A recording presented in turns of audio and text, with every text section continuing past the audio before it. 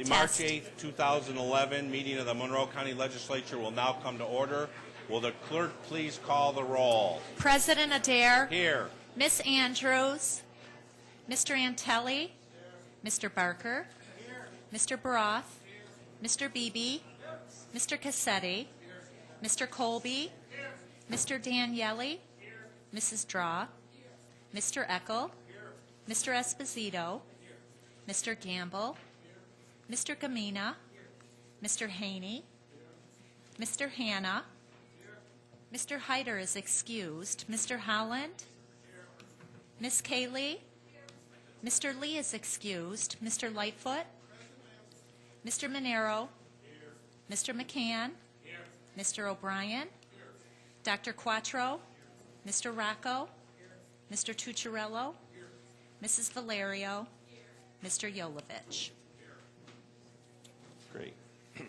At this time, I would like to acknowledge one of our legislators, Dick Yolovich, on successfully completing the Dennis A. Pelletier Governmental Institution Certificate of Achievement.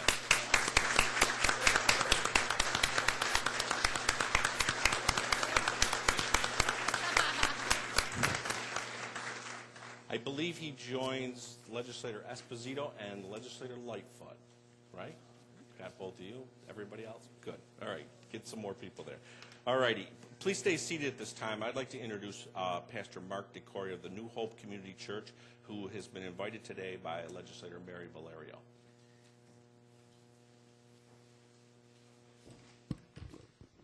If we could just bow our heads.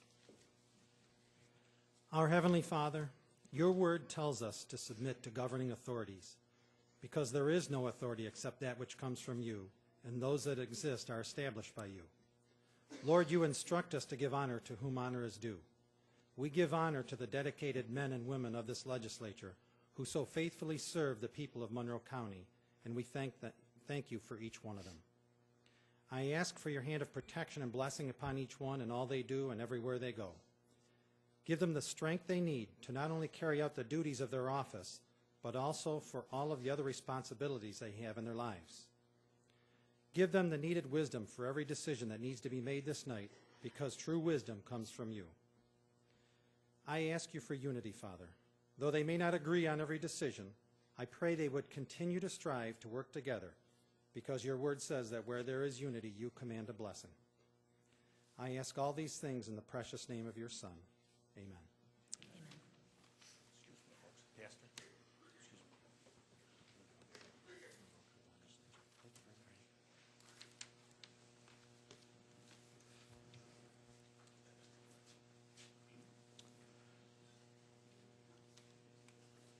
Legislator Jeffrey L. McCann will now lead us in the Pledge of Allegiance. Legislator McCann.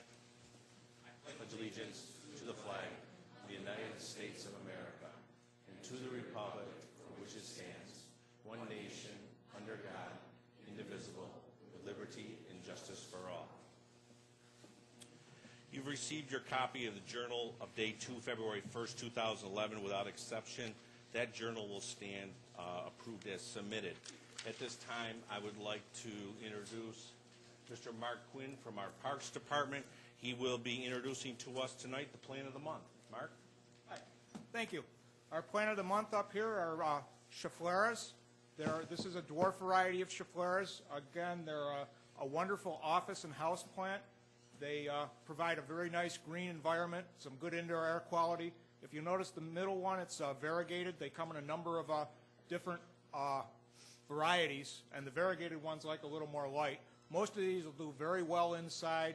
They like to be watered heavily and then let dry out, but they do very well in the winter. They don't grow a lot, but then they can be taken outside and you get a good growth spurt with them.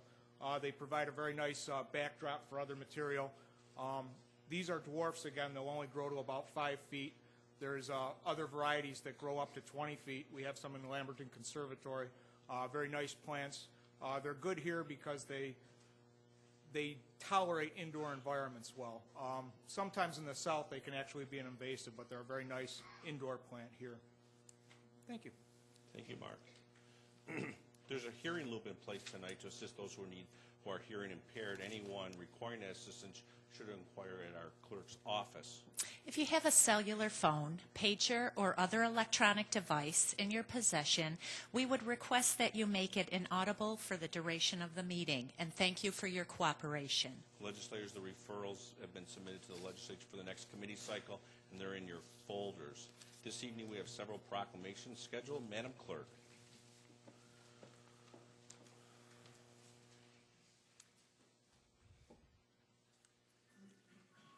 Would Deputy Jonathan W. Strong, Deputy Frank L. Trinka, Sergeant Terry C. Hayes, Mr. Ed Igneri, and Assistant Supervisor Philip Gambato please come forward? Also, County Executive Maggie Brooks, President Jeffrey R. Adair, Sheriff Patrick O'Flynn, and Under Sheriff William Sanborn.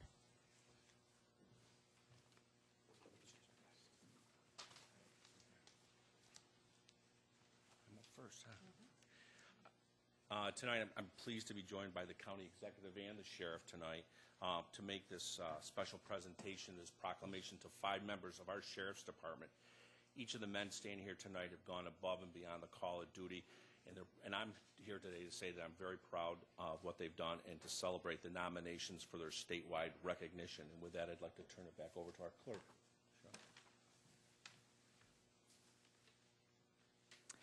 Could Deputy Strong please join me?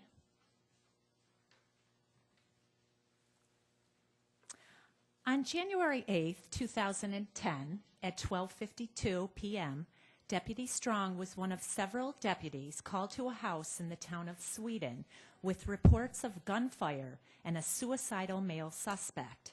Despite being shot in the leg, Deputy Strong continued to relay information about the suspect to other deputies and keep another gunshot victim calm before help could arrive.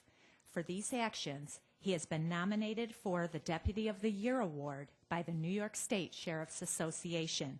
We recognize him tonight for his bravery. Congratulations.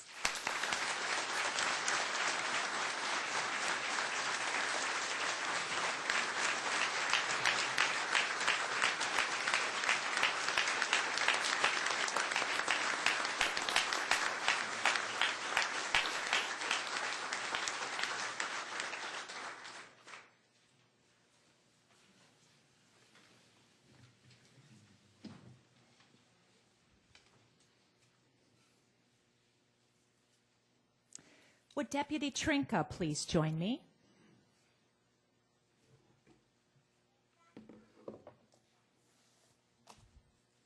On October 30th, 2010, Deputy Trinka was visiting his father at his home near the shore of Lake Ontario. While there, he became aware of a capsized boat about 500 feet offshore. Realizing that the Coast Guard would probably not arrive in time to help the stranded passengers from hypothermia or drowning, Deputy Trinka borrowed a neighbor's jet ski and rowed out to where the 2 passengers were in the water and brought them, one at a time, back to shore, where both were treated by emergency responders and one was ultimately hospitalized. For his quick thinking and fast action, Deputy Trinka has been nominated and selected for the Court Officer of the Year Award by the New York State Sheriff's Association. Tonight, we congratulate and thank him for his efforts. Congratulations.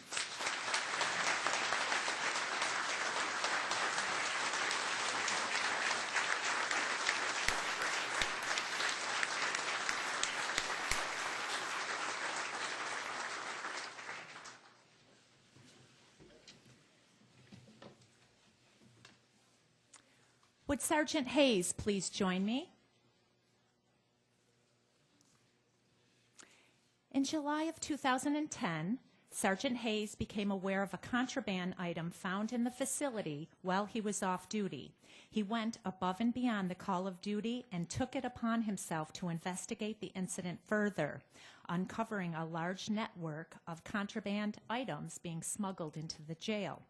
Because of Sergeant Hayes and his dedication, this illegal network was shut down and the safety of the inmates and staff was restored. For his actions, Sergeant Hayes has been nominated and selected for the Correction Officer of the Year Award by the New York State Sheriff's Association. We congratulate and thank him for his initiative in making the jail safer. Congratulations.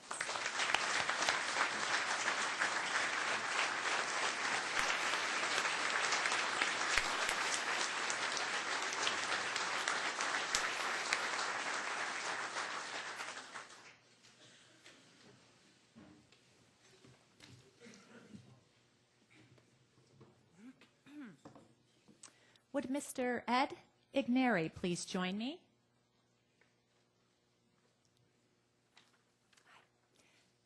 For the past 24 years, Mr. Igneri has been the coordinator for the Victim Information and Notification Everyday Program, also known as VINE.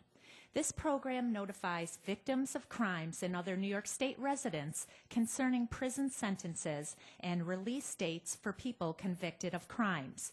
During his tenure here, Mr. Igneri has made great efforts to improve the flow of information and modernization of the jail booking system to facilitate the transfer of information between crime victims and other interested parties. For his dedication to the VINE program, Mr. Igneri was unanimously recommended for the VINE Coordinator of the Year Award by the New York State Sheriff's Victim Advisory Board. Thank you and congratulations.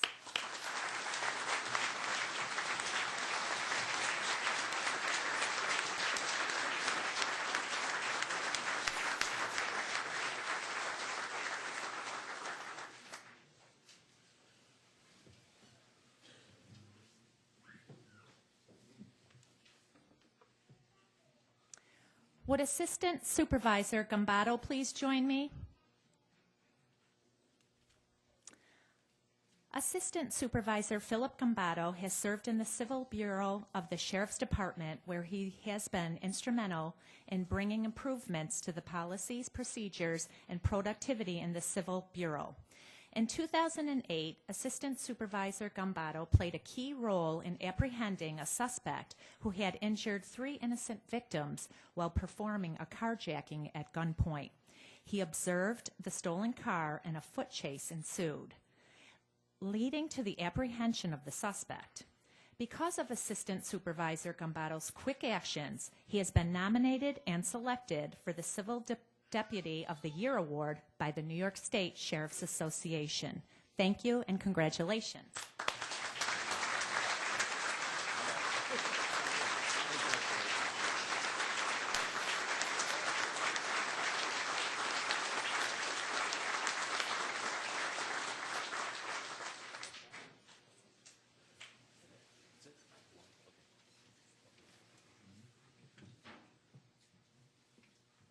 President Adair and the entire legislature, I just want to thank you for recognizing our staff, and County Executive Brooks, thank you for all your support over the years and making our agency as effective as it really is, and the quality of the staff that we're able to hire and retain is incredible. That's what makes my job so great. So I just want to thank you. This is the first time in the history of the State Sheriff's Association that one agency really swept all of the awards this year, and it's a real honor to be able to work with everybody. So thank you very much.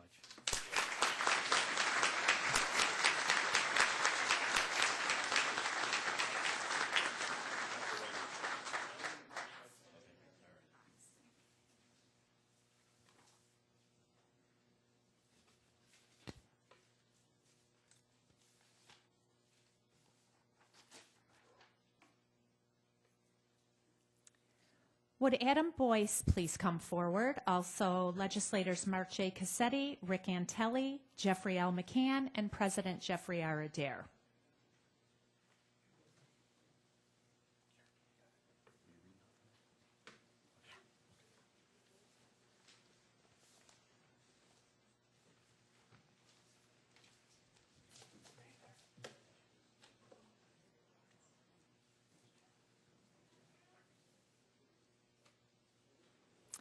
Whereas Adam Boyce, a senior at Greece Arcadia, fills many influential roles in and outside the halls of his high school. Adam is an excellent student, dedicated tri-sport team member, and inspiration to everyone he comes in contact with. Whereas Adam was diagnosed with Duchenne muscular dystrophy at the age of 5, and doctors predicted he would be restricted to a wheelchair by the age of 12. Yet, against those odds, Adam remains busy as ever as the manager of the Greece Arcadia basketball, football, and baseball teams. And whereas Adam's dedication and positive attitude inspire his teammates, coaches, and fellow classmates, participating in every way possible, Adam attends every practice and suits up for every game. Adam's passion is contagious. His teammates and coaches admire his ambition and constant commitment. And whereas Adam is not only a role model in Greece Arcadia athletics, but he is also an excellent student. In addition to making the honor roll, he was honored as one of the 10 teens inducted into the 2010 Greece Youth Hall of Fame. And whereas Adam Boyce has truly won over the hearts of his coaches, teammates, and fans, our Greece community is privileged to honor such an enthusiastic and passionate young man, and we look forward to his many accomplishments that are sure to come. Adam's achievement into the Greece Arcadia Sports Hall of Fame is certainly well-deserved, and a plaque with Adam's name will hang in the halls, inspiring all students and athletes who follow. Now, therefore, we, Jeffrey R. Adair, President, Mark J. Cassetti, Legislator District 5, Rick Antelli, Legislator District 7, and Jeffrey L. McCann, Legislator District 19, on behalf of the entire Monroe County Legislature, do hereby recognize and congratulate Adam Boyce on his induction into the Greece Arcadia Sports Hall of Fame. Congratulations.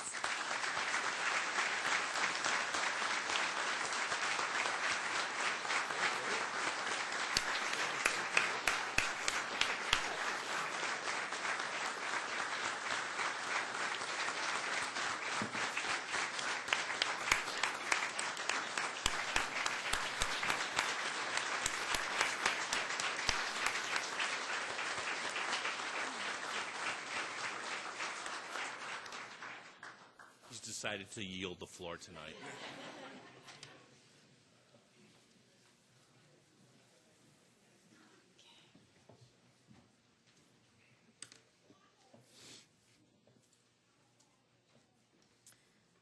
Would representatives from the glue factory please come forward? Also, legislators Mary A. Valerio, Robert J. Colby, and President Jeffrey R. Adair.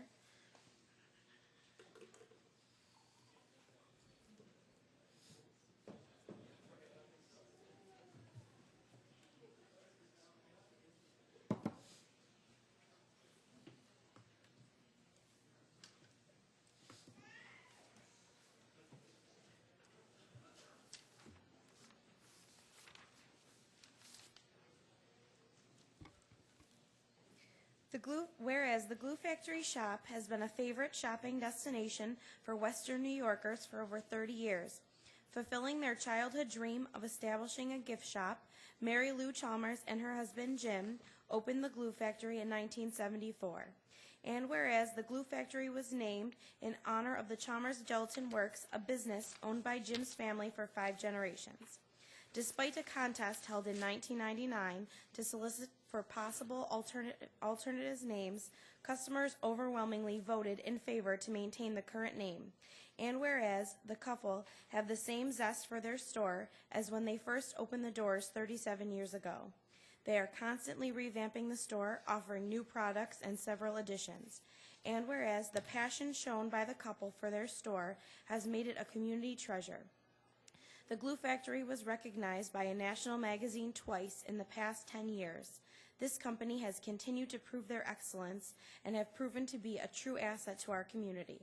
Now, therefore, we, Jeffrey R. Adair, President, Mary A. Valerio, Legislator District 3, and Robert J. Colby, Legislator District 20, on behalf of the entire Monroe County Legislature, do hereby recognize and congratulate the Glue Factory for being selected as a finalist for the 2010 Retailer of the Year Award by Country Business Magazine. Congratulations.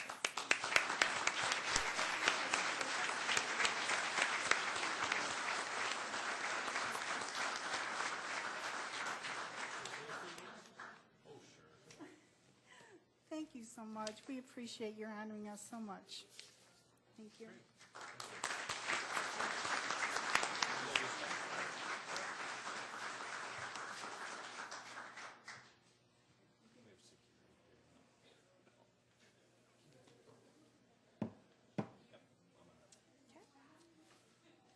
Would Coach Brian Chadwick please come forward? Also, legislators Michael G. Barker, Rick Antelli, and President Jeffrey R. Adair.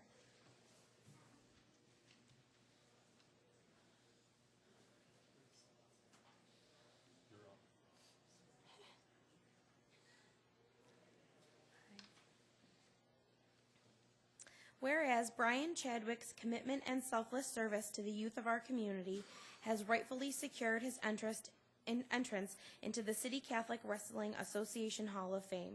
And whereas Brian's enthusiasm for the sports and students involved has been validated not only through his career as a legendary wrestling coach, but also as a physical education teacher at Monroe High School for 20 years.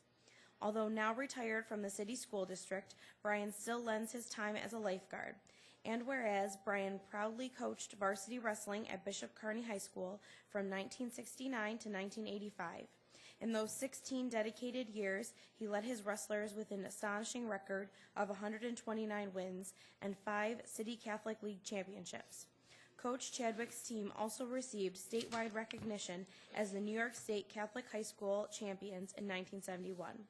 And whereas Coach Chadwick's continued service and many rightful honors reflect his dedication and commitment to the betterment of interscholastic athletics and the youth of our community.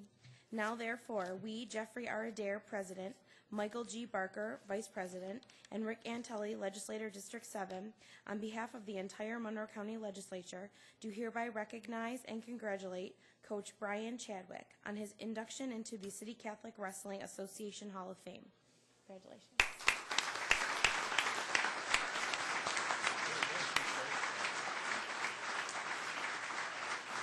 Thank you very much.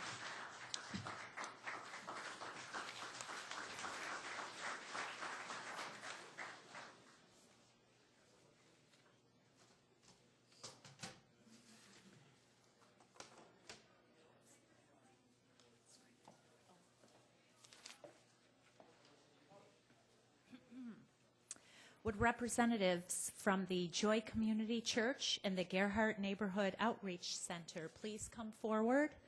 Also, Legislator Carrie M. Andrews and President Jeffrey Adair.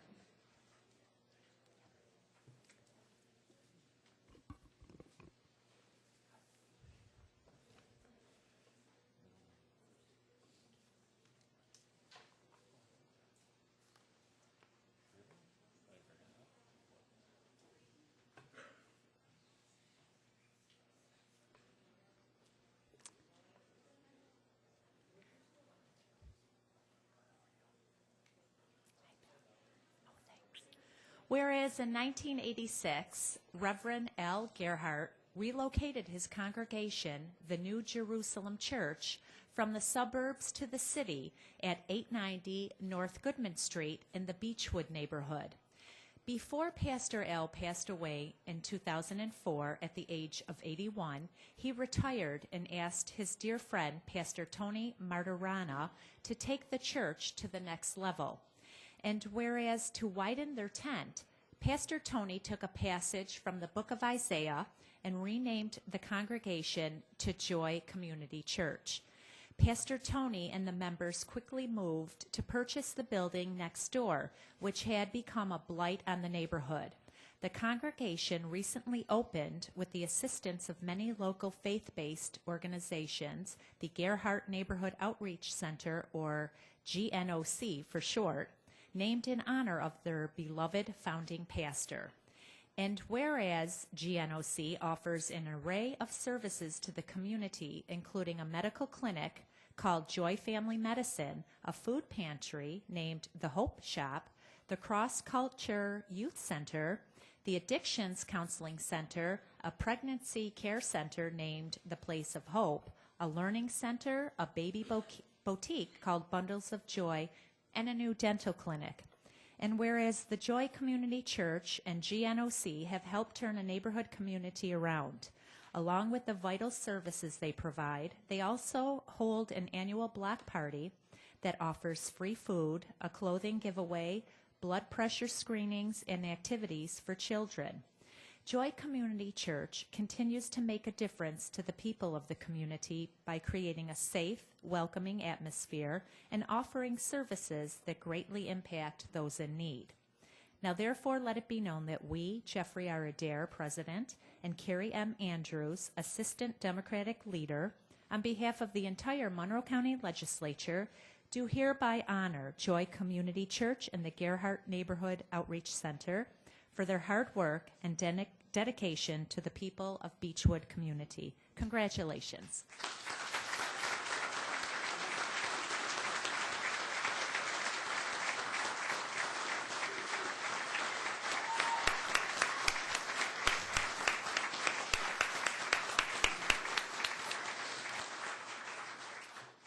I'm humbled by this, and I'm so grateful to Carrie and to all of you for this honor. I consider it a privilege to serve in the hood. I'm thankful to God for the church that's there, and I stand here representing many, many people who unselfishly have given of themselves, of their finances, of prayer, to establish on a corner of New Beachhead a light in a community that for too long had been dark. I thank you so much.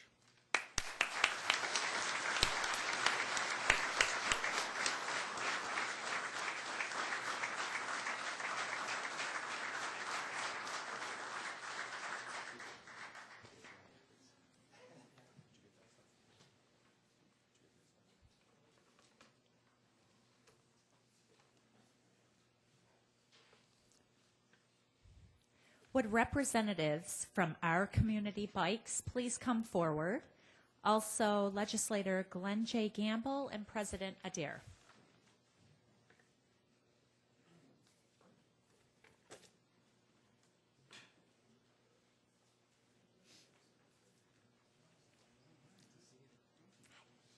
Hi.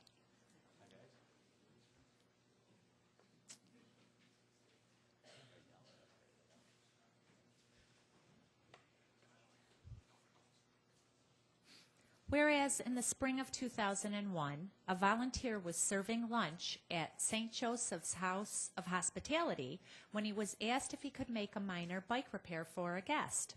Soon after, a weekly bike repair clinic began at St. Joseph's, which eventually developed into a clinic and bike giveaway program, and most recently, a repair and distribution warehouse on Hudson Avenue.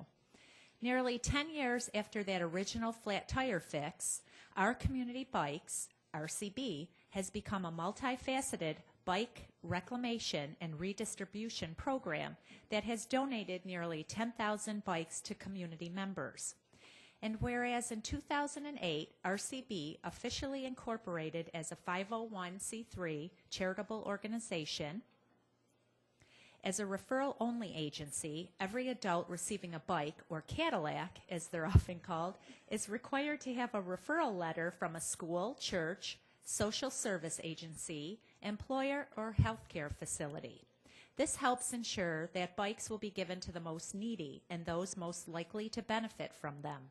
For teens and young children, the only requirement is to give 10 hours of work, learning how to fix bikes as a way to teach the value of hard work and community service. And whereas RCB distributes bikes every Wednesday and Saturday throughout the year, while the demand is lower in the winter from March to December, they give away an average of 235 bikes each month. RCB also conducts educational programs on bicycle safety and maintenance with the bikes that are donated, and publishes a newsletter called Spokes and Folks.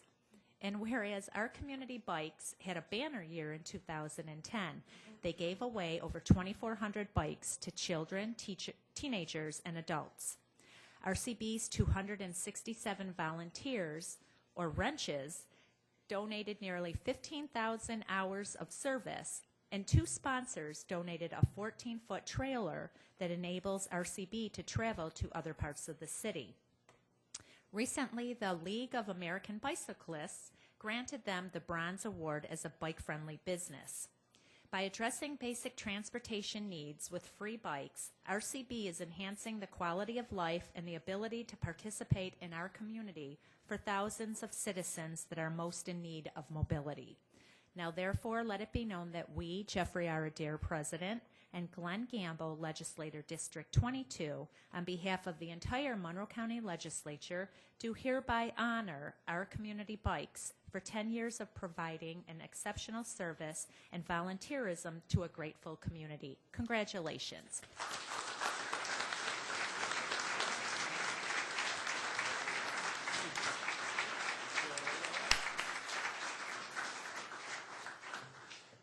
I would like to thank the Monroe County Legislature for honoring us in this way. It's absolutely amazing where we came from. The guy who fixed the first flat tire is this handsome gentleman right here posing as my grandfather. We are not above begging, however, and our current most desperate need is for more bicycles. So I will leave our contact information, our folders, with someone here. And if anyone has a bike to donate, you can get in touch with us. We would love to have the bicycles so that we can recycle them and give them to the folks in the community in need. Thank you very much for this honor. Thank you.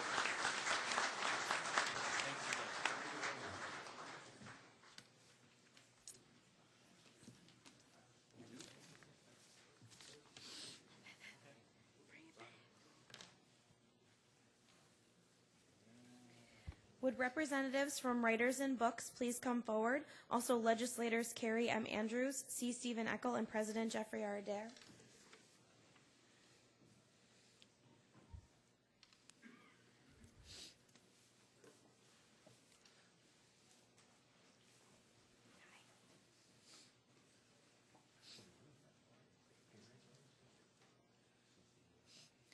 Whereas Writers and Books, one of the nation's oldest and largest community-based literary centers, is officially celebrating its 30th anniversary this year.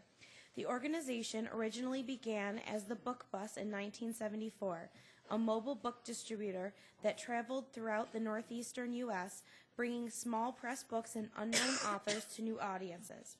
And whereas, opened in 1980, Writers and Books began its operations as a literary center out of a small storefront on South Clinton Avenue and incorporated as a 501c3 nonprofit organization in 1981. In January of 1985, Writers and Books moves to its current location at 740 University Avenue. The larger space allowed for greatly expanded programs and a true literary art center. Each year, 25,000 people, including 5,000 children, participate in readings, workshops, discussions, and writing classes at Writers and Books, achieving the highest per capita reach of any literary center in the entire county. And whereas Writers and Books promotes reading and writing as lifelong activities for people of all ages and backgrounds. Their many programs collaborate with schools, hospitals, libraries, senior citizen centers, recreation centers, and social service agencies. The bookstore stocks its shelves with works by visiting and regional writers that also participate in readings and discussions. Writers and Books also hosts an annual regional playwriting competition held in collaboration with the Jiva Theater and an annual citywide reading program called If All of Rochester Read the Same Book.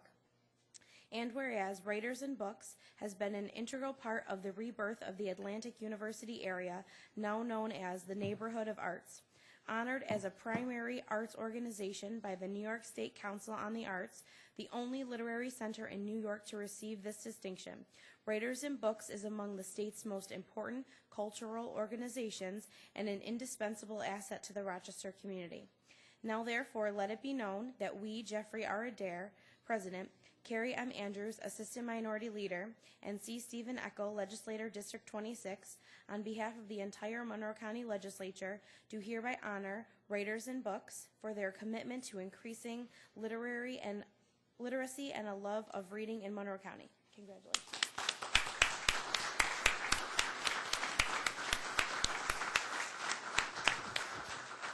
Well, as a representative of a writing organization, I guess I should say a few words, because words are important. It's been a real pleasure, actually, for us to be here in Rochester and to serve this community. And I want to make just one small correction here in this wonderful certificate of recognition. It says, we achieve the highest per capita reach of any literary center in the entire county. There's actually an R in there. We achieve the highest per capita participation of any community literary organization in the entire country. And we're really very proud to do that here in Monroe County. Thank you.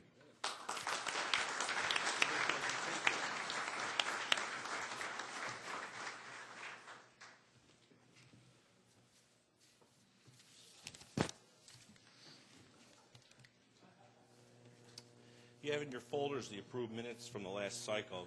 There are no formal committee reports scheduled for this evening. We will now hold the public forum. We have 8 registered people to address the legislature. Madam Clerk. A deputy will assist you in approaching the lectern. Please use the center aisle and come forward when your name is called.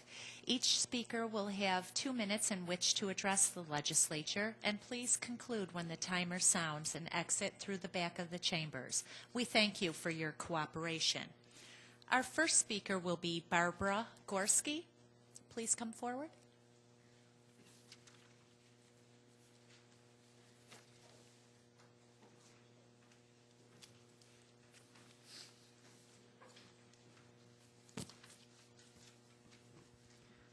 Honorable legislators, good evening. My name is Barbara Gorski. I'm a supervisor in the Monroe County Early Intervention Program. In my 2 minutes, I'd like to present a picture to you of the service coordinators that work in public service in the Monroe County Department of Public Health as members of CSEA. My hope is that you will feel compelled to advocate on their behalf for a fair contract. Their primary role is to assist parents of children from birth to 3 who have suspected developmental delays or a confirmed diagnosis through the process of having their child evaluated and, if eligible for services, creating an individualized service plan. There are 15 women with over 180 years of experience as a service coordinator. Some are nurses, others have health degrees or advanced degrees related to the field. Their knowledge base is tremendous. Not only do they need to know about the child's disability, but which provider, what service plan would work best for the family. They are resources to those parents who may be grieving the loss of the dream they had for their new baby. They travel all over the city and county in all kinds of weather. They provide services to families who are mentally ill, developmentally delayed, very wealthy or very poor, people who live in filthy homes and million-dollar homes, those with PhDs and those with no high school diploma. They often go in neighborhoods where many of you would avoid. Their interpersonal skills are challenged every day. They are dedicated to the families they serve. They represent Monroe County. They deserve your attention and respect. Their contract expired over 2 years ago. Please keep them in mind. Our next speaker will be Evelyn Evans. Evelyn Evans.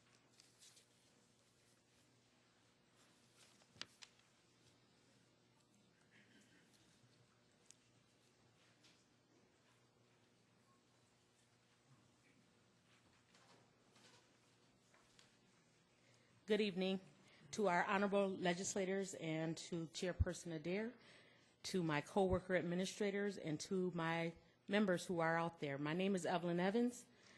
I'm a tax-paying citizen of Monroe County who has also been employed for 25 years for Monroe County in the Department of Human Services. I am also a union leader. I was elected president of the Federation of Social Workers in November 2008. And as the president, I represent approximately 870 county employees. Our members process applications for Medicaid, public assistance, and food stamps. We protect abused and neglected children, the elderly, and people with disabilities. We collect child support and maintain children at the detention center. After working all day, many of our members volunteer their personal time with charitable organizations throughout the county. Our members are committed and dedicated to their work and serving the citizens of this county.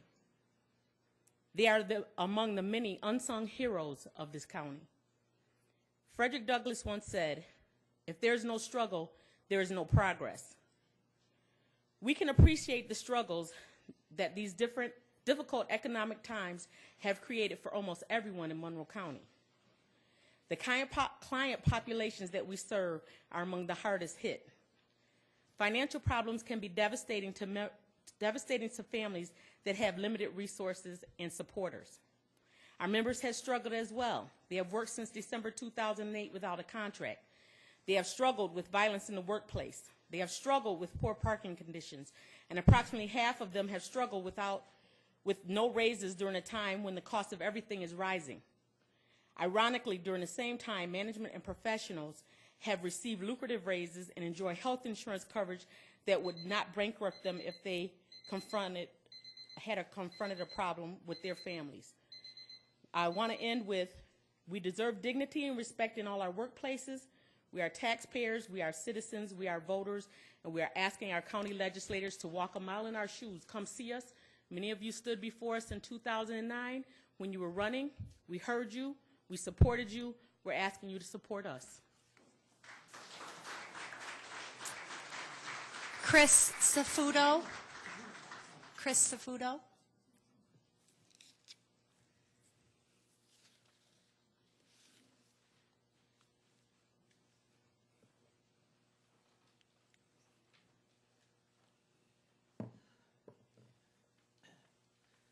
Good evening, everybody. In the past, I've come here and I've talked about the different departments in the county and some of the jobs our members do. But tonight I thought it was important for you as elected officials to take a good look at the men and women seated in the back, in the back of the room. We come here every month to remind you of the hard work that we do.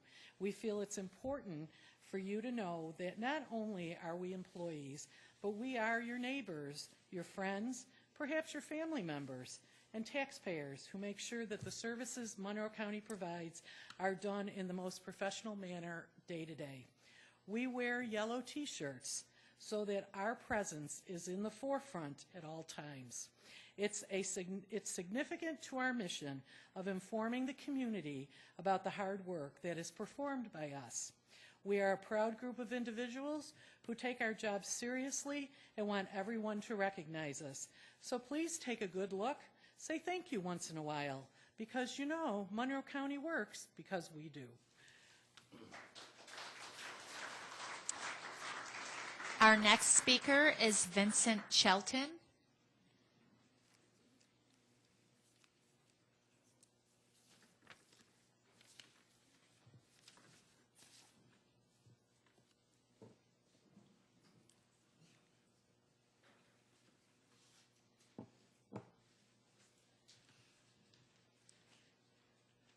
Good evening. My name is Vincent Shelton, and I'm a board member at the House of Mercy.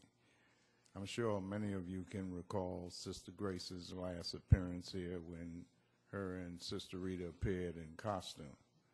Since then, Sister Grace was involved in an automobile accident where she sustained a serious injury to her left hand. But she is progressing in her recovery, so look out, she will be back.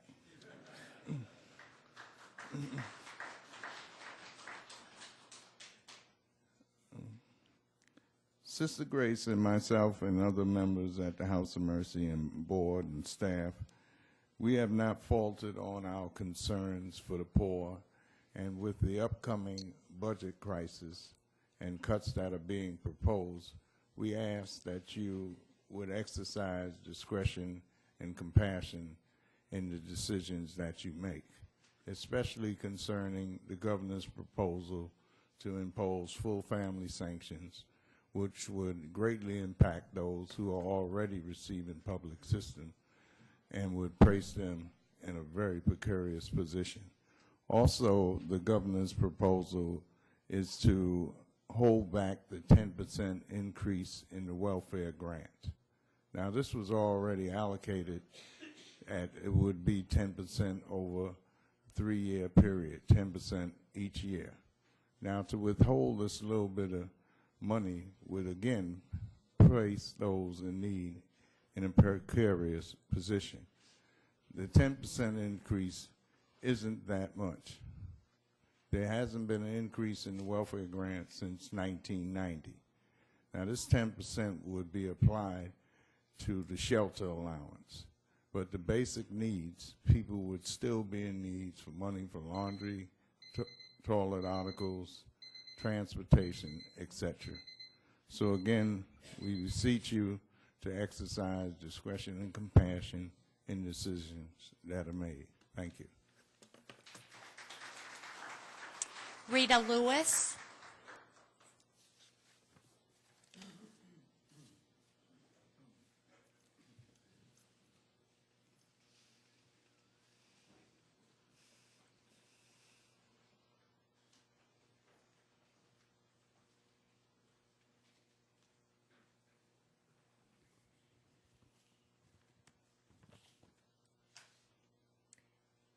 This afternoon around 4:30, I called Sister Grace. She's at the Mother House. And I told her, we're going to County Ledge tonight. Well, I had woken her up, and her voice sounded kind of tired, and I was a little concerned after I spoke with her. She sounded rather weak. About 30 minutes later, she called me back, her voice very much energized and invigorated. And she says, listen, when you go to County Ledge, she says, make sure you tell them. She says, I really appreciate all the prayers, the cards, and all of the expressions of thoughtfulness that have been shown to her. It really means a lot to her. So I do thank you from the bottom of my heart, and from Sister Grace as well.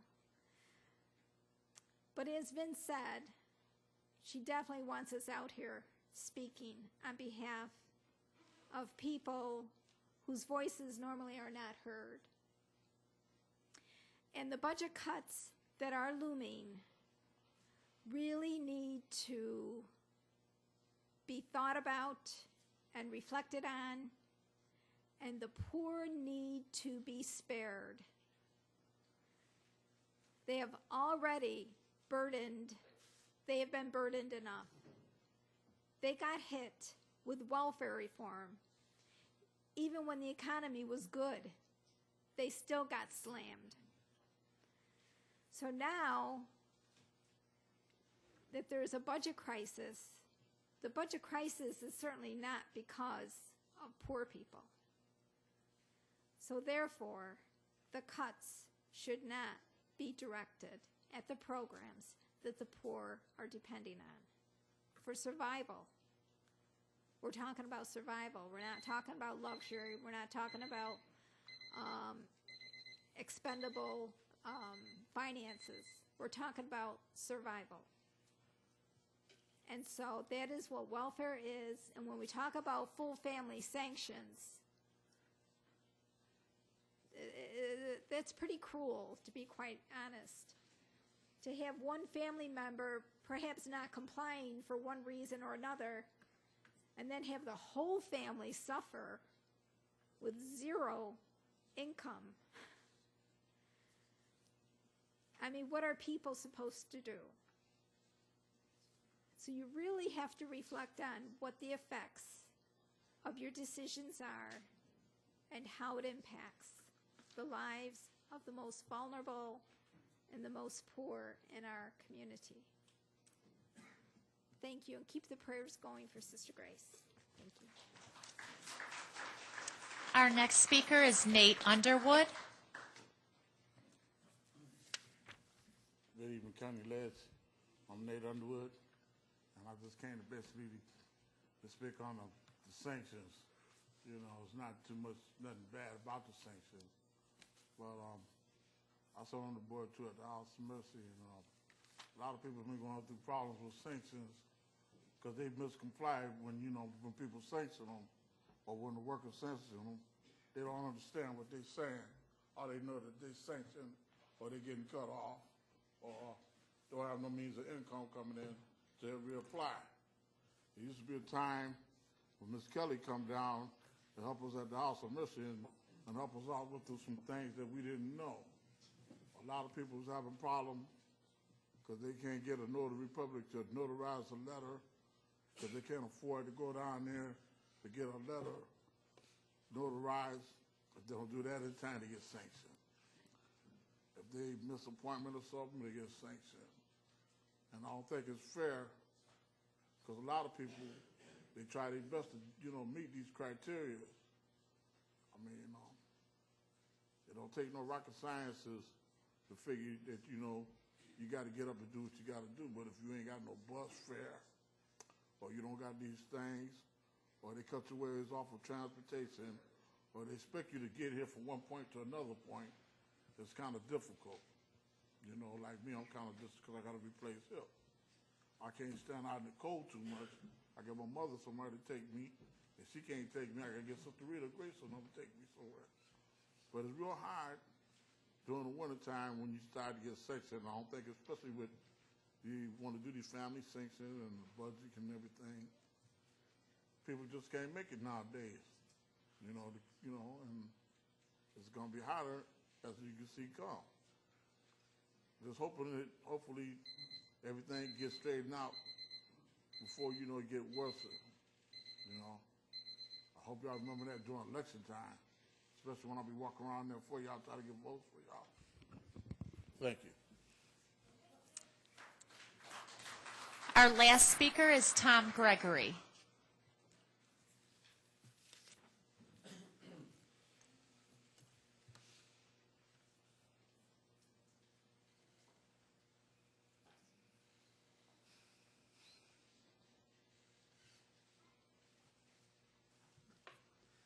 I'd like to speak to a proposal that's going to before the president right now, calling for the creation of a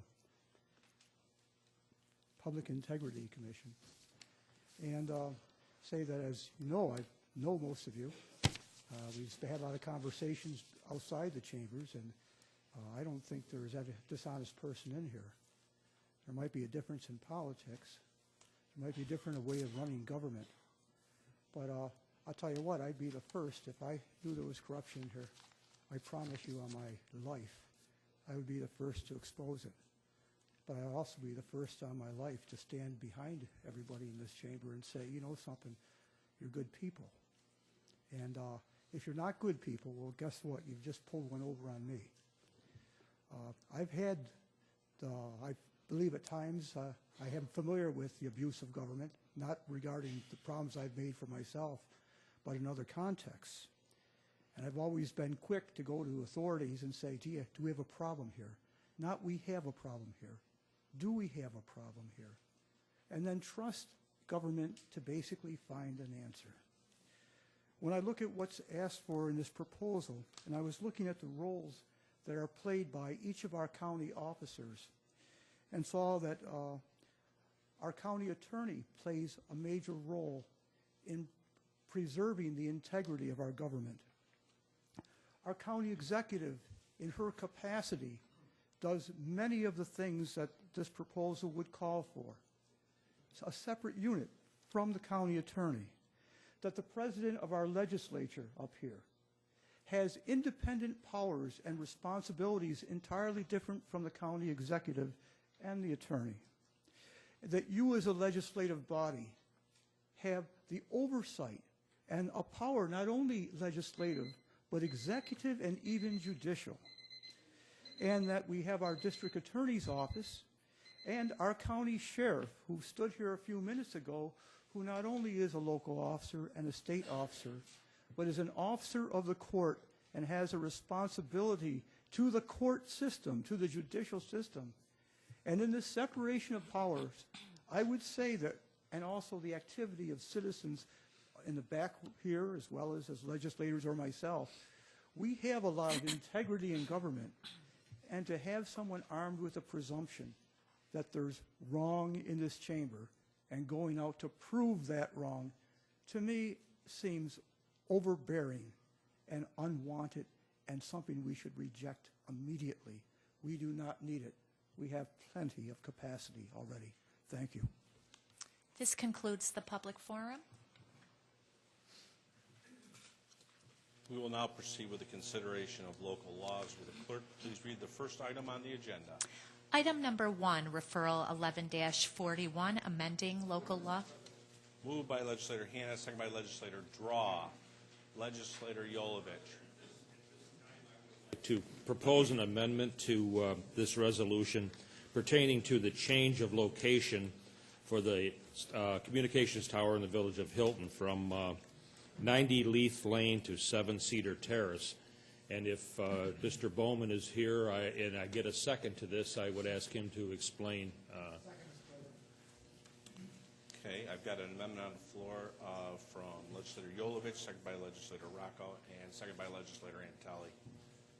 I'd like to have Mr. Bowman. If you would please explain the reason for the amendment. Through the President, we have had both of these sites under discussion with the Village of Hilton for a number of months, and although we put 90 Leith Lane in the original referral, Hilton approached us a very short time ago and asked us if we would consider the second location that we also had, 7 Cedar Terrace. It's less than 1,000 feet away, and it really accomplishes the same thing that we need to accomplish in terms of the radio infrastructure. It's at a water authority site, and it works very well with us. No additional cost or less cost, same cost to put the tower there. So we're very good with this change that Village of Hilton has requested. Thank you. Is there any other discussion on the amendment? Legislator O'Brien. Thank you, Mr. President. Just through you, could we get an explanation as to what the Village of Hilton was looking for in requesting the change, and what was their motivation? Through you, Mr. President.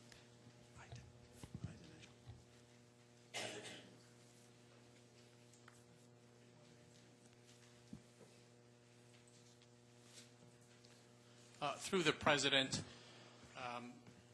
the Village of Hilton, in conversations that I had with some representatives, expressed concerns, not grave concerns, but preference for this location based upon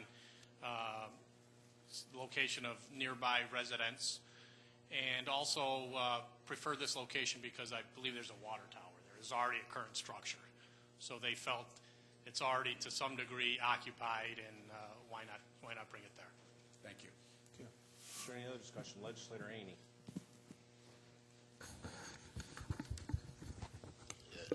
A question on procedure, Mr. President. As I understand it, the main motion is going to be tabled tonight for a public hearing at the next meeting? Correct.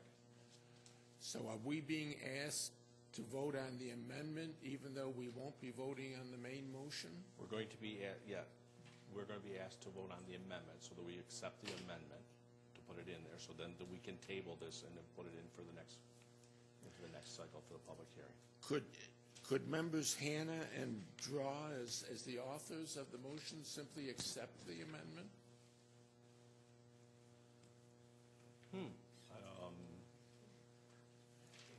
I guess we could, but I think I think what we're doing now is we've done the amendment. I don't really see procedurally why we need to do anything different. Is there any other discussion? Okay, on the amendment, all in favor indicate by saying aye. Opposed? Okay, item carries. Now this was just for this, number one was just for the introductory purposes, so the next item. Item number 2, referral 11-41, providing that local law. Moved by Legislator Hannah, second by Legislator Draw. This is a tabling motion. All in favor? Any opposed? Item carries. Next item. Item number 3, referral 11-41, fixing a public hearing. Moved by Legislator Hannah, second by Legislator Draw. This is to set the public hearing. All in favor? Any opposed? Item carries. Next item. Item number 4, referral 11-42, amending local law. Moved by Legislators Antelli, second by Legislators Hannah and Daniele. This is for introductory purposes only. Next item. Item number 5, referral 11-42. Moved by Legislator Antelli, second by Legislators Hannah and Daniele. This is a tabling motion. All in favor? Any opposed? Item carries. Next item. Item number 6, referral 11- Moved by Legislator Antelli, second by Legislator Hannah and Daniele. This is to set the public hearing. All in favor? Any opposed? Item carries. We will now proceed with the considerations of motions, resolutions, and notices. Will the clerk please read the next item on the agenda? Item number 7, referral 11-26. Moved by legislator Yolovich, second by legislator Howland. Is there any discussion at this time? Seeing there's no discussion, all those in favor indicate by saying aye. Opposed? Item carries. Item number 8, referral 11-27. Moved by legislator Yolovich, second by legislator Howland. Is there any discussion at this time? Seeing there's no discussion, all those in favor indicate by saying aye. Opposed? Item carries. Item number 9, referral 11-30, authorizing. Moved by legislator Howland, second by legislator Hannah. Is there any discussion at this time?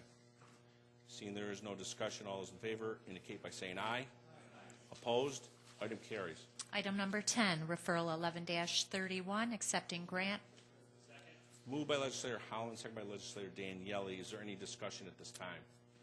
Seeing there's no discussion, all those in favor indicate by saying aye. Opposed? Item carries. Item number 11, referral 11-32. Moved by legislator Howland, second by legislator Daniele. Is there any discussion at this time? Legislator Esposito.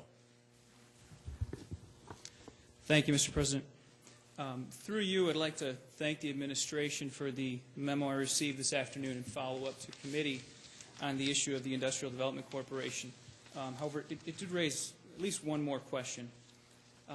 It was indicated in that memo that one of the reasons that the Monroe County Development Corporation was dissolved and put into the Monroe County Industrial Development Corporation was that the task originally assigned to the Development Corporation for job attraction had since been sort of handed off to GRE, Greater Rochester Enterprise, which was created after MCDC.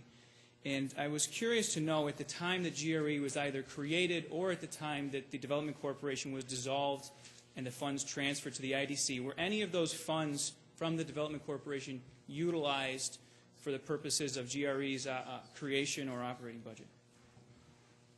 Through the chair, no. Funds were utilized through CUMETA. Thank you very much. I appreciate that answer, and the information you provided is very helpful.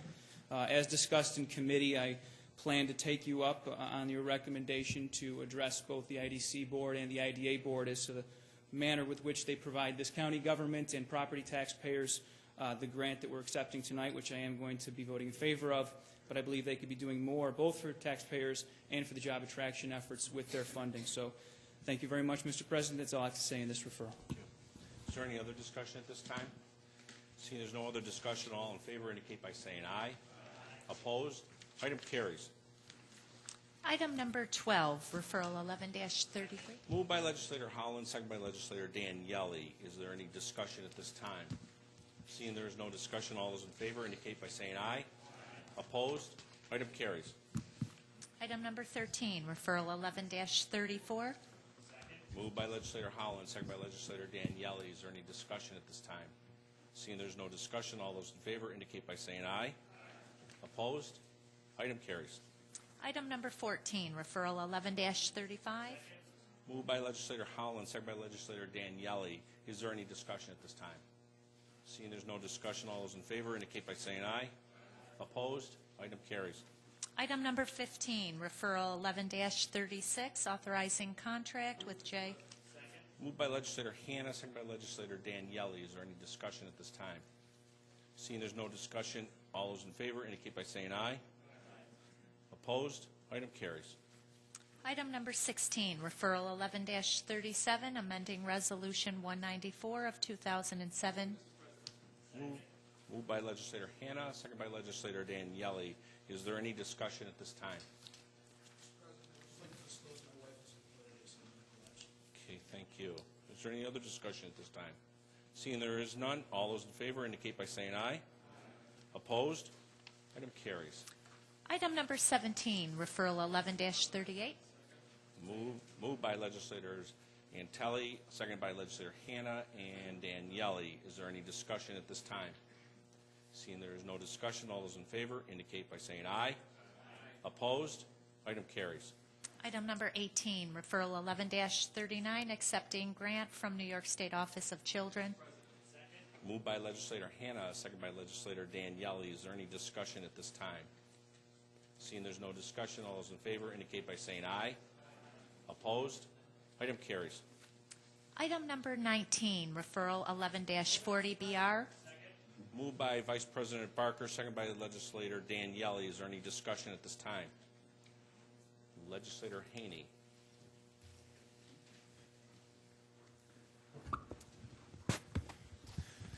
Thank you, Mr. President. I have a couple of questions on this. As I understand this Lincoln Road project, or Lincoln Avenue, I guess it is, we first authorized $245,000 for the pre-construction activity back on December 17th, 2007. Is that correct?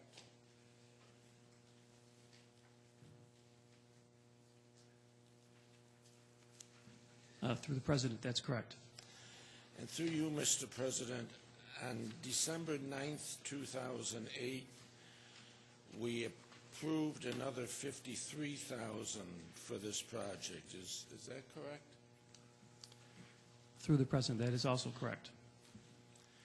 And on February 2nd, 2010, we approved, through you, Mr. President, we approved an additional $192,000 for this project?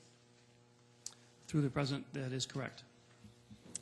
That brought the total to the $490,000, and now we're being asked to authorize an additional $400,000, which will bring the total for the pre-construction activities to $890,000. That's, by my math, an increase of 263% from what we originally were told the pre-construction activities would cost. Is that approximately correct? Through the President, I'll trust your math, yes. Okay. The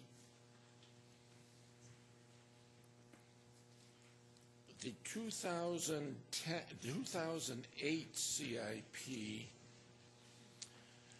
through you, Mr. President, indicated the construction cost of this project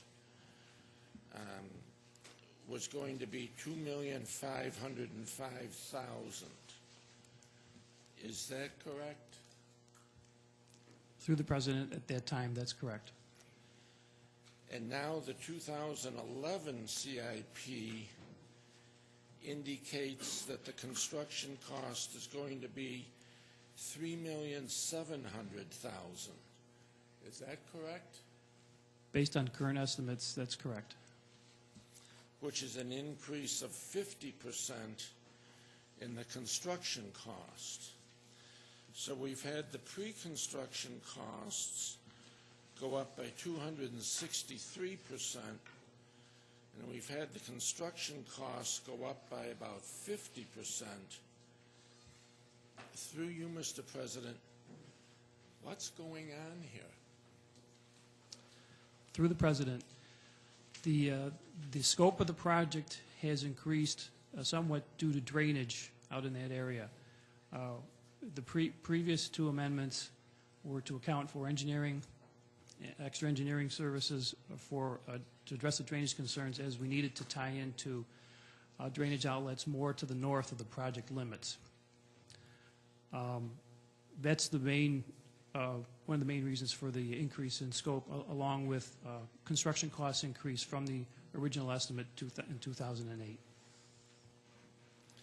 How much has the scope in, what was the original length of the contemplated construction as opposed to the current length of the contemplated construction?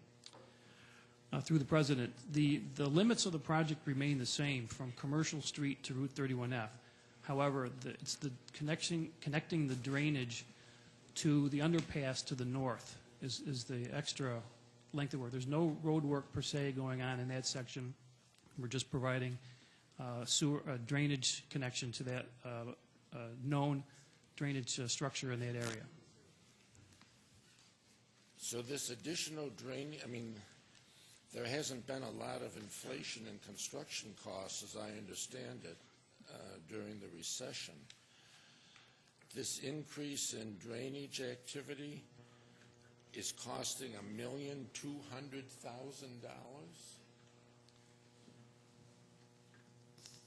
Through the President, that's part of it. Part of it has been increased construction costs from when the project was originally programmed.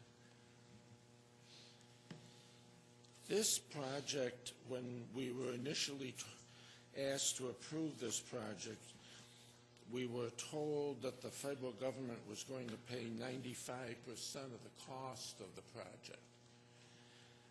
Since the project has increased so dramatically in cost, is the federal government still going to pay 95% of the cost of the project? Through the President, yes, they are. Through you, Mr. President, was this a federal member item project, or is this being funded under one of the federal highway programs? Through the President, it's a combination. We have $720,000 of member item funds. The remainder are through the Genesee Transportation Council federal program. With the additional fund, through you, Mr. President, with the additional funds that are coming, that are being used out of the basic federal transportation program, I mean, it sort of becomes like shuffling the old walnut shells. Our allocations, the allocations to the region are fixed. If the amount of federal money being used by this project is being drastically increased, what is taking the hit for the offsetting decrease? Through the President, we went through this exercise about a year and a half ago with GTC and the New York State DOT. There was some adjustments in cost. There were projects that were shifted in later years to help balance the program and to accommodate the projects of higher need. Is the program currently in the GTC program at the $3,700,000 construction cost level? Through the President, yes, I believe so. I don't have that in front of me, but I do believe it is. Through you, Mr. President, what county projects were delayed in order to fund this significant increase in the cost of this project? Through the President, it was not just county projects, but it was a region-wide program. Other state projects as well as some county projects and city projects were deferred. Two of note that come to the top of my head right now were Long Pond Road in the town of Greece and Erie Station Road in the town of Henrietta. Were deferred to make room for projects increase in cost that were of higher need.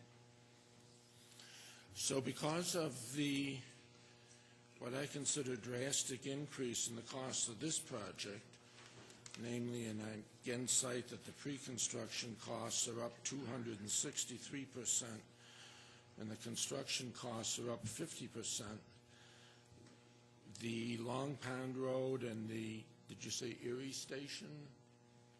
That's correct. And Erie Station Road projects had to be pushed back in the program? That's correct. Now, to do the pre-construction work, this legislature some time ago approved a contract with Bergman Associates in the amount of $121,178. I assume, and of course we always, when we approve contracts, we cede to the county executive the authority to amend the contracts as she deems appropriate. What is the current value of the Bergman, through you, Mr. President, what is the current value of the Bergman contract? Through the President, I don't have that information with me right here. However, the amount of the increase being requested tonight is attributed to right-of-way acquisition costs that are being promulgated by the New York State Department of Transportation. Mr. President, with what I consider the dramatic increase in costs, which I don't think people were aware of, at least on my side of the aisle, at the time this project was considered in committee, namely, as I say, a 263% increase in the pre-construction costs and a 50% increase in the construction costs. I sincerely believe, Mr. President, that this project would warrant some further investigation by the Transportation Committee. Therefore, Mr. President, I would move to table this and refer it back to the Transportation Committee so that they can further explore this, to say the least, dramatic increase in cost, have a chance to consider that and make another recommendation to the legislature. And I so move, Mr. President. I have an amendment to table this motion by Legislator Haney and a second by Legislator O'Brien. Is there any discussion at this time of the tabling? We'll go to a roll call vote for the table. Dr. Quattro. Mr. O'Brien. Ms. Andrews. Mr. Antelli. Mr. Barker. Mr. Baroth. Mr. Beebe. Mr. Cassetti.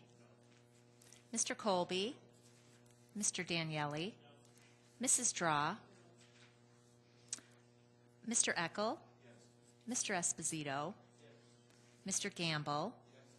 Mr. Gamina. Mr. Haney. Mr. Hanna. Mr. Hyder. Oh, Mr. Hyder is excused. Mr. Howland.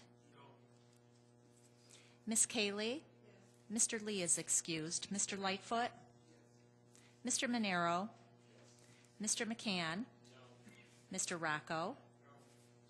Mr. Tucciarello. Mrs. Valerio. Mr. Yolovich. President Adair. No. 11-16, tabling motion fails. Okay, back to the main motion. Legislator Colby first, please. As I was sitting in Transportation Committee and we had the discussion about this referral, you lightened into a little bit about the 400,000 for the actual. That was a requirement that came about from somebody in the state of New York, that we never had to have that requirement for those work areas. Is that correct? Through the President, that is correct. There seems to be some interpretation from a current right-of-way, the right-of-way division leader there that this extra work is required. And so that was unforeseen because it was never required before for any other project. That's correct, isn't it not? Through the President, that's correct. Also, the increase in the cost of the scope of the project, isn't some of that because when they did the initial evaluation of the road and the under project, they found that there was more work to be done underneath the drainage, and they went back to the federal government funding to ask them if they looked at it the same way, and they said correct. Isn't that correct? Through the President, that's correct. So these additional costs were ones that were developed, one by some bureaucrat person deciding to do things differently, and two was because there was unforeseen problems with the drainage. Is that a better way of, a correct way of summarizing the cost increase in engineering? Through the President, if I could clarify a little bit, the drainage costs, excuse me, were developed out of the pre-engineering study to determine the best way to improve the project. However, the right-of-way costs are exactly as you described. Okay. As far as the estimate costs of increase and how that affects other projects, this is viewed, you mentioned two projects that were pushed back in the project list by GCC. That's correct. But it's not just because of this one project, because every quarter or every 6 months they reevaluate where they are with projects, and the whole area, the 9-county area, adjust the project list. So some other projects were up in cost, also to cause an adjustment in this, for those 2 projects to be put back. Through the President, that is correct. This was not the only project. There were several. Because some of that's probably because blacktop has increased over the last couple of years from when this project originally was looked at because of petroleum costs. Is that not correct? Through the President, that's certainly a major part of it. Or for an example. And the other issue is other projects in other counties got pushed back too, probably, even though some of those projects had higher costs. So it's kind of like the whole 9 counties worked as a team in figuring out which projects needed to be worked on first versus other projects that could be pushed back a year. Is that not correct? Through the President, that would be correct. So it's not like this is just done out of the blue. There's been ample time for different agencies and ample time for different input from the community on how to best go ahead and meet all the needs of all the area transportation needs of the 9-county region. Wouldn't that be a fair assessment? I would agree with that assessment. That's why I think we should go, Mr. Chair, I vote to go ahead with this project as it is. I see that there was good diligence done and making sure this project is done for the whole transportation area of the community. And I see no reason to be putting this project off any longer, because all it's going to do with the present oil prices going, it's just going to cost projects to go up even more. Okay, is there any other discussion at this time? I have legislator, you're fine. Legislator Baroth in the back.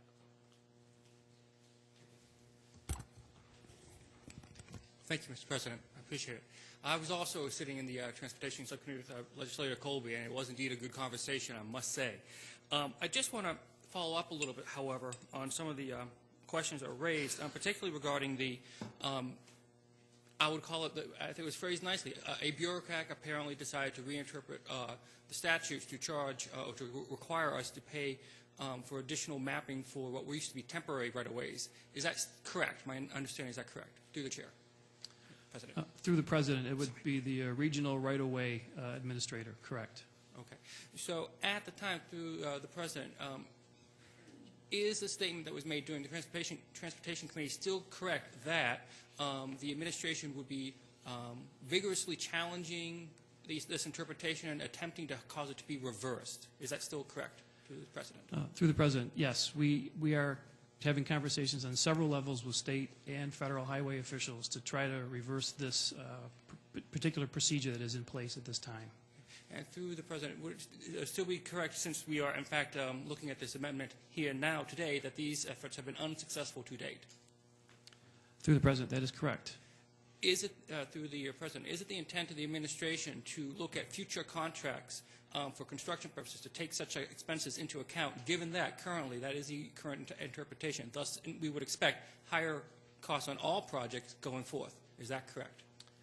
Through the President, for the right-of-way phases of this work, yes. And for all other projects that we might anticipate in the future until such interpretation is reversed, through the President, is that correct?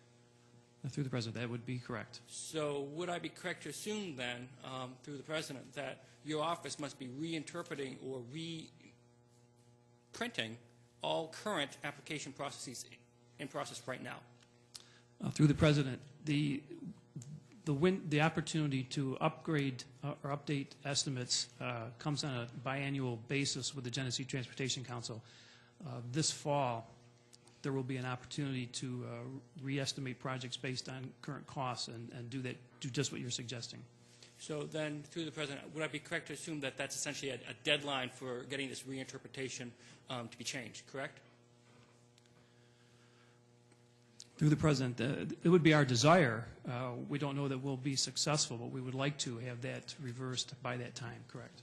Then the final statement I would make on this would be, through the President, that I would urge you strenuously to do your best to make this occur, because I can only assure you that it's quite the challenge to justify always being asked to give additional funds to projects that we're given a certain amount on, and the amount goes up and up and up. It's difficult to justify to our constituents. Thank you. Legislator O'Brien. Thank you, Mr. President. And, well, I think it would have been prudent for us to take a breath and honor the tabling motion so we could really get our hands around that as that motion's been defeated and we're now, the vote is upon us. In my opinion, I would defer to the judgment of the County Transportation Department. I intend to support the referral. Thank you, Mr. President. Thank you. Legislator Haney? Mr. President, following up on Legislator Baroth's question, if the interpretation made by this state bureaucrat isn't reversed, does this then mean that every highway project is going to see these kind of cost escalations for this extra mapping, whatever it is? Through the President, yes, that's our concern. Through you, Mr. President, do we have any, for the projects that are currently on the books that we have approved in prior CIPs, through you, Mr. President, do we have any estimate what the aggregate cost of this is? Through the President, we're trying to determine that at this time. It could be several hundreds of thousands of dollars. It sounds more like it could easily be in the seven figures. I mean, if it's 400 on this project, and this is a relatively small project, I can't conceive out of all the highway projects in the CIP that we're not talking millions. Through the President, that it is possible. We're hoping to reverse this.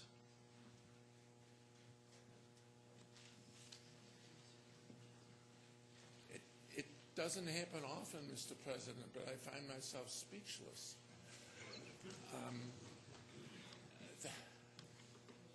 I mean, this has huge implications.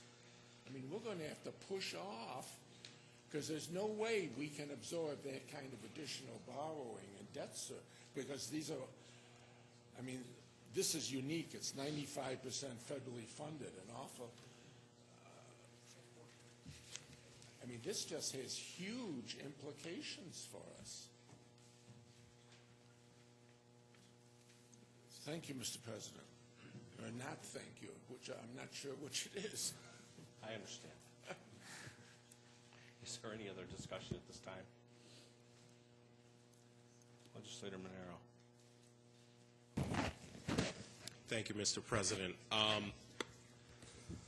Through you, having also sat on the Transportation Committee meeting, one of the things that I would like from the administration is to provide us a little more historical context going forward on something like this, because myself and my colleague on my left have been in the chamber for a very short amount of time and don't come with the institutional knowledge. So providing that kind of information would have been helpful. That's all I wanted to say, Mr. President. Thank you. Is there any other discussion at this time? Seeing there's not, all those in favor, well, you know what, we'll move to a roll call vote. How's that? Dr. Quattro? Yes. Mr. O'Brien? Yes. Ms. Andrews? Yes. Mr. Antelli? Yes. Mr. Barker? Yes. Mr. Baroth? Yes. Mr. Beebe? Yes. Mr. Cassetti? Yes. Mr. Colby? Yes. Mr. Daniele? Yes. Mrs. Draw? Yes. Mr. Eckel? Yes. Mr. Esposito? Yes. Mr. Gamble? Yes. Mr. Gamina? Yes. Mr. Haney? Yes. Mr. Hanna? Yes. Mr. Hyder is excused. Mr. Holland? Yes. Ms. Cayley? Yes. Mr. Lee is excused. Mr. Lightfoot? Yes. Mr. Monero? Yes. Mr. McCann? Yes. Mr. Rocco? Yes. Mr. Tucciarello? Yes. Mrs. Valerio? Yes. Mr. Yolovich? President Adair? Yes. 27. Motion passes. Thank you. Next item. Item number 20, referral 11-43, authorizing sublease agreement with Monroe Security. Moved by legislator Hannah, second by legislators Cassetti and Daniele. This is for introductory purposes only. Next item. Item number 21, referral 11-43, providing that resolution. Moved by legislator Hannah, second by legislators Cassetti and Daniele. This is a tabling motion. All in favor indicate by saying aye. Any opposed? Item carries. Next item. Item number 22, referral 11-43, fixing a public hearing. Moved by legislators Hannah, second by legislators Cassetti and Daniele. This is to set the public hearing. All those in favor indicate by saying aye. Any opposed? Item carries. Next item. Item number 23, referral 11-98, authorizing contract. Moved by legislator Daniele, second by legislator Yolovich. Is there any discussion at this time? Legislator O'Brien. Thank you, Mr. President. Many of us in these chambers had the opportunity to see the governor who was in town yesterday speaking about really the state budget and the financial problems that we have at all levels of government. One of the things he talked about was coming to Albany as a 23-year-old man in the administration of his father as a special assistant. And he said that since that time till now, Democratic elected officials and Republican elected officials alike have come and gone. But he talked about kind of the permanent government that he saw as something of a problem. And the permanent government he described as the lobbyists that have been entrenched interests. And many of the same faces are there today that were there when he first came to Albany many, many years ago. And these entrenched interests have taken over to a certain extent government, even maybe outside of the hands of a well-meaning and well-intentioned elected officials on both sides of the aisle. And I think this affords us an opportunity to say, you know, we really don't need to continue to execute contracts with lobbyists as a county government. Maybe we do that at our peril, but I intend to vote against this and hope that we could redirect that money to the needs of our constituents. Thank you, Mr. President. Thank you. Is there any other discussion at this time? Legislator Haney. Mr. President, I have somewhat reluctantly and with increasing reluctance over the last few years, and I forget how long it is that we've been having these lobbying contracts. I think it's about 4 years. I have voted yes with more and more reluctance every year. Given the state of affairs that we now find ourselves in, it has reached the point where I just think it's totally inappropriate for us to be spending $60,000 for one unit of government to lobby another unit of government. Given the fiscal straits that we have in this county, which are only going to worsen as whatever the state budget is, the situation will be worse than it is. I can no longer justify voting for $60,000 for one unit of government to lobby another unit of government, and therefore I'll be voting against this. Thank you. Is there any other discussion at this time? Legislator Daniele. Through you, Mr. President, to the administration. I guess sharing some of the concerns that we're hearing right now, I think it would only be appropriate to ask why are we contracting lobbying services? What benefit does it bring to the constituents of this community? And secondly, why is it a matter of urgency? Mr. President, I'll start with the matter of urgency. We just received the response to the RFP last week, and we wanted to get this matter before the legislature at our earliest possible opportunity, mainly because we are in the middle, as everyone knows here, of the state budget process, and we wanted to engage the services of an experienced lobbyist to assist us with conveying our concerns and our thoughts about the state budget as we communicate with our elected representatives as well as with the multitude of bureaucrats in Albany that are also responsible for implementing the budget that's eventually passed. The reason that we need a New York State lobbyist, there are a variety of reasons. We believe that we receive a substantial value for this expenditure of county funds, primarily, as I'd mentioned, regarding the state budget, which is an annual process, as everyone knows, that can be very cumbersome, can be very difficult to negotiate in terms of making sure that our views are made known clearly, not only to our elected representatives, but also to all of those individuals in the different agencies of state government that have input into the budget and sort of the finer points of the budget once it's adopted, which is when perhaps even more work is required in terms of interpreting exactly what the impact of the budget is on the County of Monroe.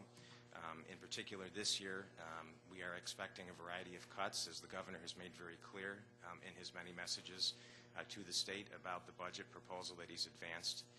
We also have significant home rule legislation this year.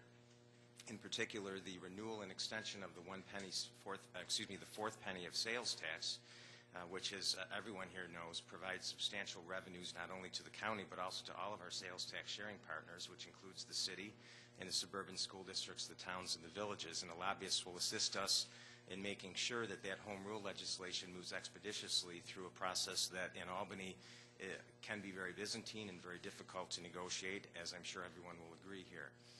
And finally, and perhaps most interestingly in terms of our discussions tonight, the previous referral with regard to that, the regulation of the state DOT, or not even a regulation, but an interpretation of a federal regulation. We need the assistance of a lobbyist to help us negotiate the state agency responsible, in this case, the Department of Transportation, to help us address these very serious concerns that have a very serious cost impact potentially on the county. And this referral that we just addressed previously was only the tip of the iceberg, as Mr. Leatherstitch had indicated previously. Thank you. And, given that information, and I share the concern and reluctantly am going to vote yes to this, reluctantly because I wish we didn't have to spend money this way. But I think the previous bonding resolution where some of the decisions that are being made in Albany are costing our constituents millions of dollars in unnecessary spending, this $60,000 a year, I feel, should return us, and I believe in the past has returned us much more than that, and therefore I will be voting yes. Is there any other discussion at this time? Legislator Baroff. Thank you, Mr. President. I was first made aware of this matter of urgency approximately 4 hours ago. Well, 5 hours ago now. And I'm curious, why is this a matter of urgency and not something that was made more available to the legislators to vote on a $60,000 request earlier through the President? Mr. President, as I had noted in response to the previous question, we just completed the RFP process. We received the response from the proposed vendor, contractor that's before you tonight. And we wanted to get this matter to the legislature for your consideration as soon as possible, particularly because the state budget is due to be passed by April 1st. We can only expect that that is in fact going to happen, and that being the case, we would like to engage the services of a lobbyist to assist us particularly with lobbying related to the proposed New York.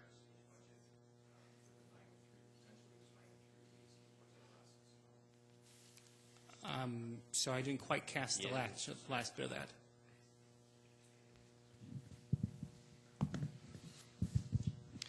Mr. President, I just finished up by saying that we wanted to make sure that we did enter into an agreement with the lobbyist to assist us with lobbying in Albany during the final 3 weeks of the state budget process, as we would expect that the legislature would meet its obligation to enact a budget by April 1st. And if we waited for the regular cycle and introduced this matter as a regular introductory, it would not be before this body until the second week of April, which by that time presumably the budget could already have been passed in Albany.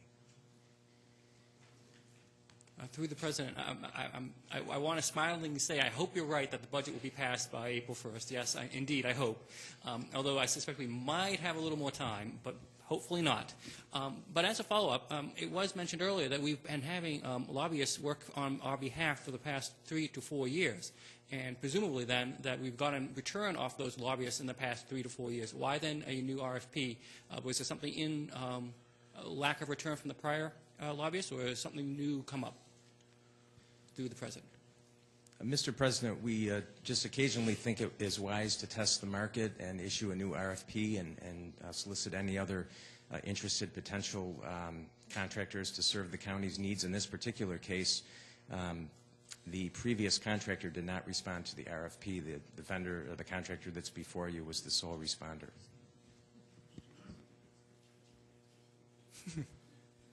Thank you. That's all, Mr. President. Thank you. Legislator Monroe.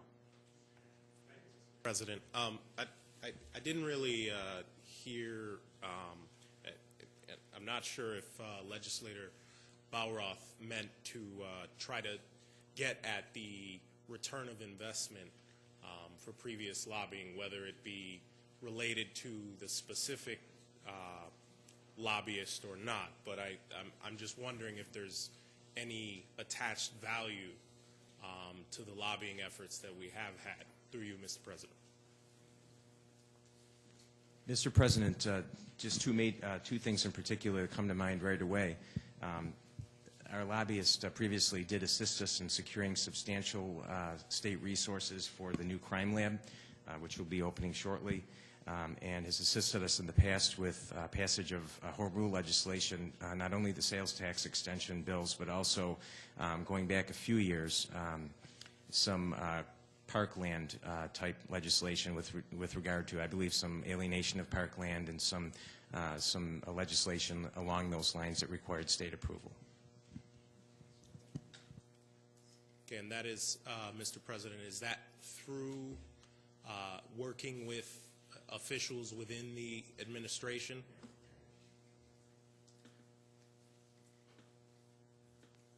The lobbyists working directly with administration officials, I guess, to clarify. Mr. President, yes, working with representatives of the county administration as well as the state legislature and the executive branch, ensuring that our views were presented to the governor as he considered bills that were presented before him for executive action. Thank you. Legislator Lightfoot. Yes, thank you. Through you, Mr. President, just a clarification, one ask you to the administration, through you, Mr. President. It says here in the amendment here that through March 8th, 2012, I'm looking at the second line, first paragraph, with the option to renew for 4 additional one-year terms in the amount of $60,000 per year. I'm asking to you, Mr. President, to the administration, with this contract RFP being, this part option being in the contract, is it my understanding that this particular company has the sole right for the next 4 years to have this particular contract, or through you, Mr. President, will there be additional RFPs sent out to other potential lobbyists in the future? Through you, Mr. President, to the administration. Mr. President, the referral tonight in the contract that would correspond to it would only require a required one-year agreement. The 4 additional one-year extensions are at the discretion of the county, so we have the opportunity at the end of the first year of the contract, as well as each subsequent year, to determine whether or not we wanted to renew that agreement or perhaps issue a new RFP if for whatever reason we were unhappy with the results. And through you, Mr. President, I pretty much understood that to mean, is there basically a deadline that we have the discretion to the county to renew that option? If we pass that deadline, is it then, what are the terms of the contract at that point? Does this particular agency become the sole agency that can opt to have this contract for an additional year if we miss a deadline, through you, Mr. President, to the administration? Mr. President, as I understand it, there is no automatic renewal. It would have to be a new contract would be entered into or extended. Okay, thank you. That's what I wanted to understand. Thank you. Legislator McCann. Thank you, Mr. President. I would just like to rise to speak in support of the matter of urgency before us today. I think it's important that we not lose sight that about 80% of our budget is state mandates. While we have many talented people who work for the administration, I think the expertise and the knowledge of lobbying and in the systems of lobbying and knowing the contacts and how to do that is something that we don't necessarily have that experience. And again, there are many talented people who work for the administration, but that's a very specialized field. And I know going back several administrations, this was a function that was done in-house. There was an in-house staff person who did the lobbying. I think when you look at the economics of what's before us tonight, $60,000, to have someone whose sole focus is lobbying, who will have a full-time presence there, and you factor in the fact that we will not be paying for travel or travel time for a staff member to actually be doing that lobbying. I think this referral makes a tremendous amount of sense, and it's something that I support without any hesitation or reservations at all with. Thank you. Thank you. Legislator Monroe. Thank you again, Mr. President. I just wanted to originally, I had intended to vote no on this matter, and I am convinced by the administration's reasoning that the timing of this is a relevant matter. I do have an issue in general, Mr. President, with the casualness that I think this body treats matters of urgency, and in this case, I think it actually may in fact be a matter of urgency, so I will be voting for it. Thank you. Is there any other discussion at this time? We'll move to a roll call vote. Dr. Quattro? Yes. Excuse me. Mr. O'Brien? No. Ms. Andrews? No. Mr. Antelli? Yes. Mr. Barker? Yes. Mr. Baroth? No. Mr. Beebe? No. Mr. Cassetti? Mr. Colby? Yes. Mr. Daniele? Yes. Mrs. Draw? Yes. Mr. Eckel? No. Mr. Esposito? Yes. Mr. Gamble? No. Mr. Gamina? Yes. Mr. Haney? No. Mr. Hanna? Yes. Mr. Hyder is excused. Mr. Holland? Yes. Ms. Cayley? Mr. Lee is excused. Mr. Lightfoot? Mr. Monero? Yes. Mr. McCann? Yes. Mr. Rocco? Yes. Mr. Tucciarello? Yes. Mrs. Valerio? Yes. Mr. Yolovich? Yes. President Adair? Yes. 18-9, motion passes. Okay. Is there any unfinished business to come before this body tonight? Legislator O'Brien. Thank you, Mr. President. I just want to reiterate through you, Mr. President, some requests for additional information that we're waiting on. By my letter of February 15th, we were looking for some additional information regarding M3S and the airport facility that's coming before the legislature in this upcoming cycle. Legislator Andrews requested certain information by letter dated February 7th about the Independent Accountability Council and how that relates to a matter that's coming before the legislature in the next cycle. And Legislator Andrews also requested by letter dated January 7th some follow-up budget questions. And through you, Mr. President, we'd ask that that information be provided well in advance of the next legislative session. Thank you. Thank you. Legislator Eckel. Thank you, Mr. President. In December, when we were discussing at length, as I remember, the budget, we asked for for the President to present us or to create an annual work program of major policy concerns for the legislature for this coming year. I was wondering, Mr. President, if we are to expect anytime soon a draft of an annual work program of major policy concerns from the President's office. Yes, you will. Thank you very much, sir. Is there any other discussion this time? Legislator Haney.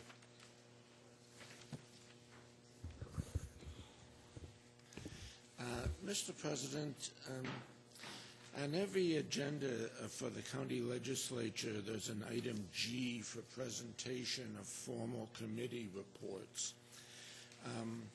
In the 5.5 years or so that I've been here, I don't recall that there's ever been a formal committee report presented. Through you, I'd like to ask the clerk, and I'm sure the clerk doesn't know offhand, and we'll have to search this. I would like to know from the clerk, through you, when the last time was that any committee of the county legislature presented a formal committee report to the legislature.